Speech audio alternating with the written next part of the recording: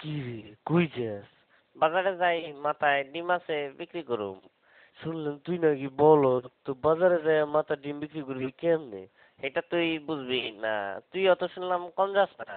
আচ্ছা পারলে কত দেখি আমার মাথায় কি আছে, যদি কইতে পারস এখান থেকে তোরে আমি 2টা ডিম দেবো। তোর মাথায় আমার মাথা দিয়ে চুলকায়। আচ্ছা কইতাছে একটু সহজ করে দে। আমার মাথায় যা আছে এটার গায়ের রং সাদা, আর ভাঙলে কুসুম লাল হইতে পারে আবার হলুদ হইতে পারে, আর কম না কইলে বুঝে লইবি। বুঝে গেছি, তোর মাথায় লেম্বু। তুই আসলে একটা বলদ।